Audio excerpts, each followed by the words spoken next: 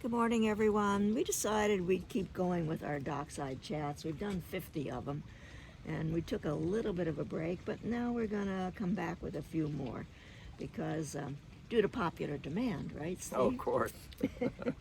So, Yeah.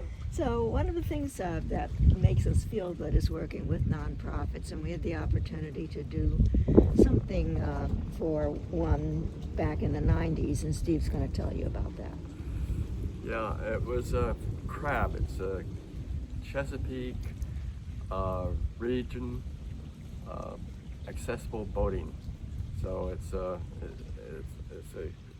thing that was started by Don Backey, and he had an accident. He actually was a classmate of mine at Yale that I didn't know him. He was 1,000 people in the class. I didn't know him, but turns out he was. And he had an automobile accident, and he was paralyzed from the waist down.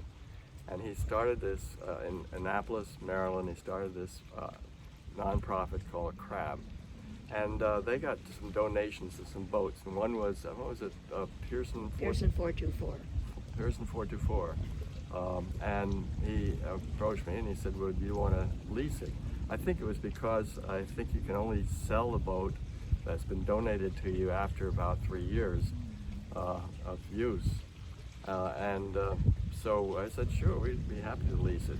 So at the end of the 3-year lease, he needed to deliver it from City Island, where our branch was, down to Annapolis.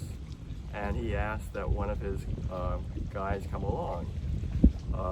And I certainly am not going to say no. And he showed up on the dock in a wheelchair, of course. He was paralyzed. He too was paralyzed from the waist down. And we'd get him aboard the boat in preparation to leave. And we'd take his wheelchair and fold it up and put it in a lazarette. And when he saw that, he said, "Ah, freedom! I love it!" And he was just so excited to be on the boat without the wheelchair, not being sitting in a wheelchair. And it was just so appealing. So how did he get around on the boat?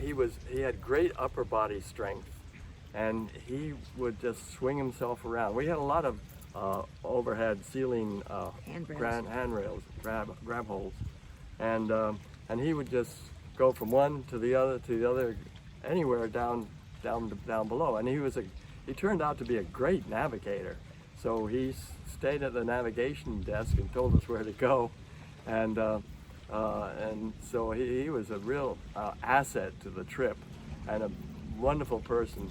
So it really made me feel very good that we could do something for him, and we've been doing things like that ever since. Make-A-Wish, we've done some Make-A-Wish. I'd love to do more Make-A-Wish things, because these kids, when their wish is to learn to sail, and boy, that is very powerful, for a kid to want to learn to sail enough to make a wish, and we're able to do it for them. And of course, we do a lot for LLS, Leukemia Lymphoma Society. Yes.